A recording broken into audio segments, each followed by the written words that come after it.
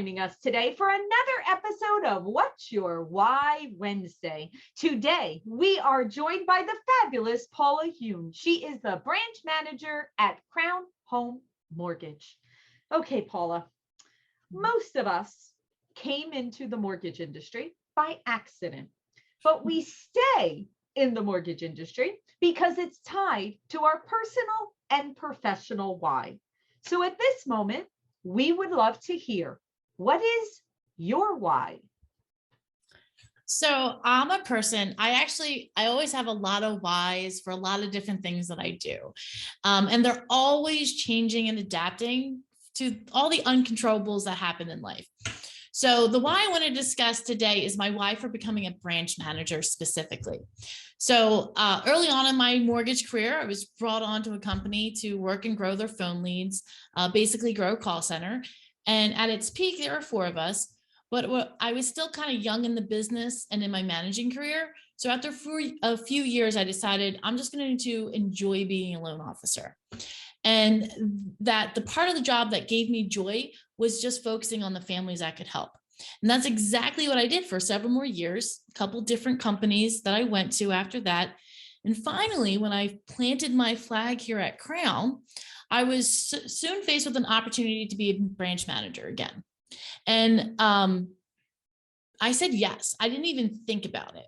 So so that is when I knew that I had more to give in my role.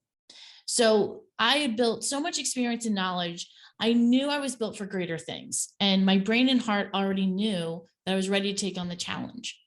And my why is basically, growing in those different companies. One of the things I've always lacked was that leadership. I would go into these quarterly review meetings and they say, "Atta girl, you're doing great." I'm like, "I'm doing great for you."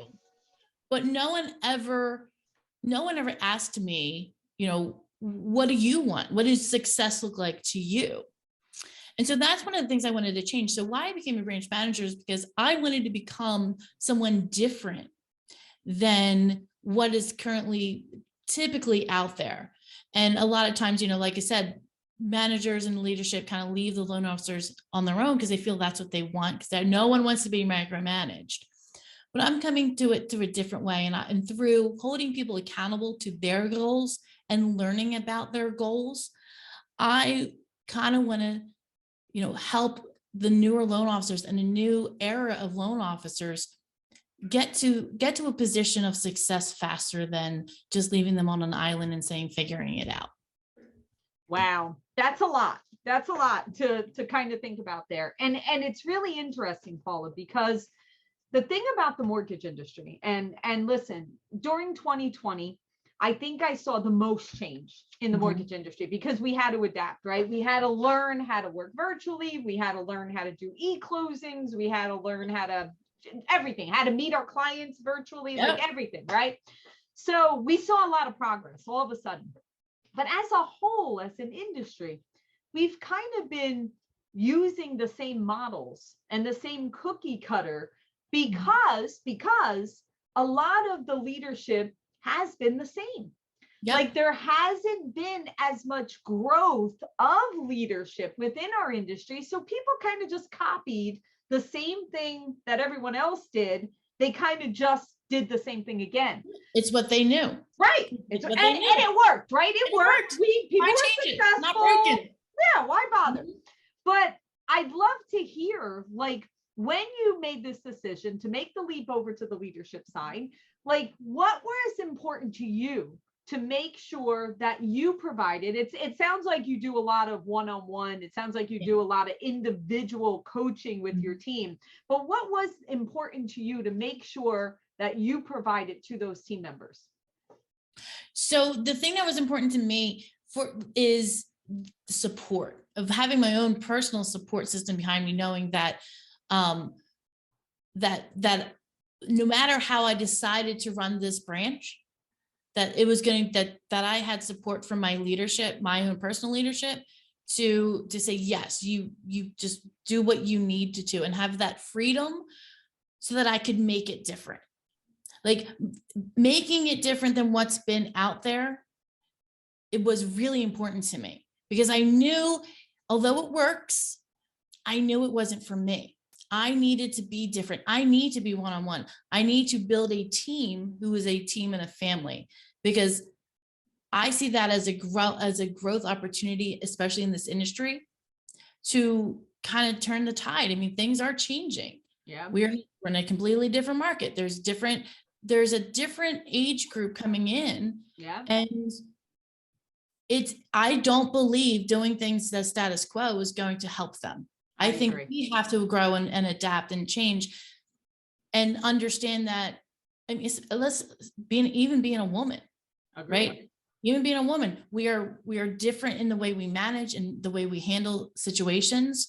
And that can't be shunned anymore. We have to be louder about that stuff. And we have to show that, look, having this different approach, this one-on-one approach, or at least knowing your employees' goals works. And it's going to help them exceed their goals. Like, I have loan officers where they're part-time. They only want to do 1 or 2 loans a week or a month. Great. I will coach you through that level.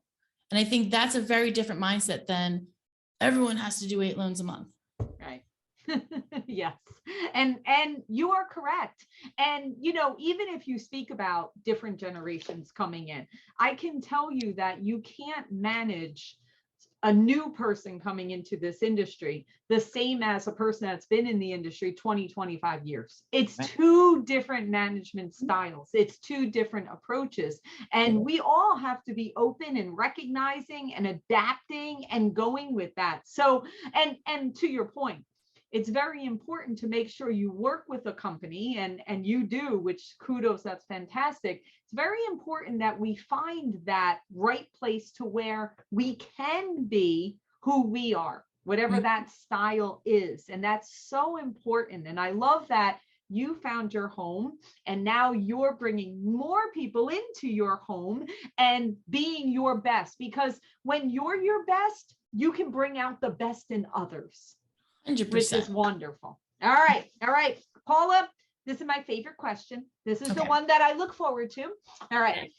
We all have, I know you have stories upon stories in terms of families that you've helped, but I really want you to think about, give me one story where you just in that moment, you felt that impact that you have with what you do in the industry, that impact you've had, whether it could be on a team member, doesn't have to be a family, but give me that story of where you were like, wow, I made a difference in what I do. There are, like you said, tons of examples, right? Because again, we help people get keys to houses. I mean, how cool is that? But I have to say, it was about a year ago, I had a new hire come on board who was used to a different mindset, different programs, different products, and they were struggling. And I could feel the tension. I knew something was not right. So I took the liberty of just calling this person up and saying, look, I know you're having frustrations. I want to open something up to you. I'm going to be completely honest. I'm like, if you are going to leave me, please tell me first. I will introduce you to other people that I know will treat you as good as me. I don't want you to leave, but if you feel you have to, please, I want you to be under, it's more important that you are taken care of than greedily keeping you. And that person opened up to me the frustrations, and we had an amazing heart to heart. And really diving deep and being able to dive deep into their why. Wow. And their struggles. After that conversation, the tide turned. They knew what they had to. They started developing a plan. They stuck with it. They held on. And yes, it's part of it is me, but the joy of seeing someone who was just down at the lowest low, but seeing their potential and seeing them just get up and saying, you know what? Yeah, I'm not going to give up. Wow. That's my why. So fulfilling, right? Yes. So fulfilling, isn't it? And Paula, the thing is that we all have that ability.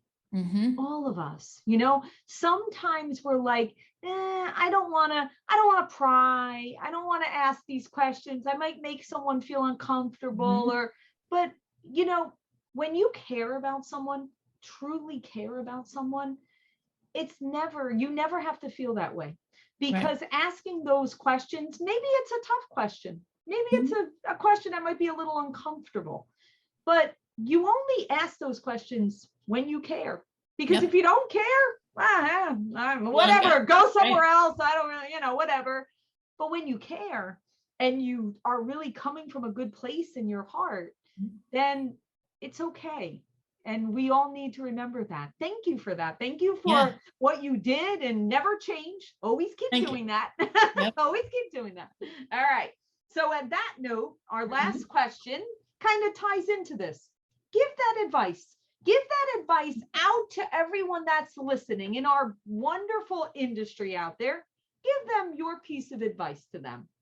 So my piece of advice is for the young and the old, for those who have been in a minute and those who have been it for decades. You need to use your voice. And you and I have talked about this before. You have to use your voice. If you're not getting the support you want, or if you feel you're lacking in something or missing something, or you just want different things out of your leadership, open your mouth, let them know. Let them know. And if they have that I don't care mentality, you will know very quickly. And maybe that's your cue to make a change. But I bet most leaders will go, oh, I never realized I didn't know. Because what you mentioned about not asking that question, because it's a hard question to ask sometimes, because they don't want to know the answer. So the manager, your leader, whoever it is, may just not want to know what your answer is going to be if they ask you a question. So if you're not getting that support, if you're feeling some sort of way, especially in this market right now, it's tough, but I promise you, stick with it. Talk to your leadership. They will walk you through this time, because this too will pass. It's all a cycle, Paula. We know that. We've all seen it before. But this is the time when you have to grow close, not far away. Correct. Don't distance yourself. Sometimes when things get challenging, people pull apart. But this is actually when you need to grow closer to 100%. Your teams, closer to the families you work with, closer to your referral partners, closer to everyone, because we are in it together. We understand these cycles. So grow closer, not more distant, and use that voice. Exactly. All right. Well, Paula, thank you for sharing your why, your insights, your perspectives. You are awesome. We truly appreciate it. And until next time, we wish you all the best. Thank you.